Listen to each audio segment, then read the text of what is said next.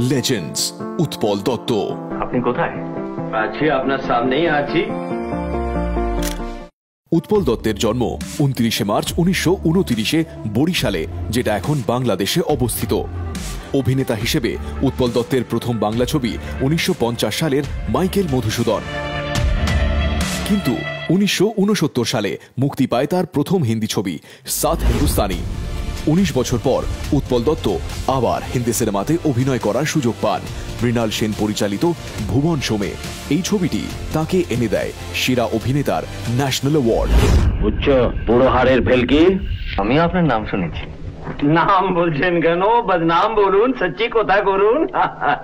এই বহুমুখী প্রতিভা ছিলেন অভিনেতা, পরিচালক, লেখক আর নাট্যকার। কেমন বুঝছো? ভালোই তো। 1947-এ তিনি লিটল থিয়েটার গ্রুপের স্থাপনা করেন। আমি মিথ্যা কথা বলছি? সত্যির উল্টোটা তো মিথ্যেই হয় মোগললালজি। এটা নিয়ে যাও যন্তর মন্তর ঘরে। এই নাটকের দল বাংলা নাটক ছাড়া শেক্সপিয়ারিয়ান নাটকেও দক্ষ ছিল। না, এই এতটুকু ভাত 7 জন্মে দেখে নিয়ে তল্লাটের মানুষ দেবতার মতো মাথায় করে রাখবে, গোলাম হয়ে থাকবে জীবন ভোর। থিয়েটারে তার কন্ট্রিবিউশনের জন্য উৎপল দত্তকে সম্মানিত করা হয়েছে ন্যাশনাল ফিল্ম অ্যাওয়ার্ড আর সঙ্গীত নাটক একাডেমি ফেলোশিপ দিয়ে।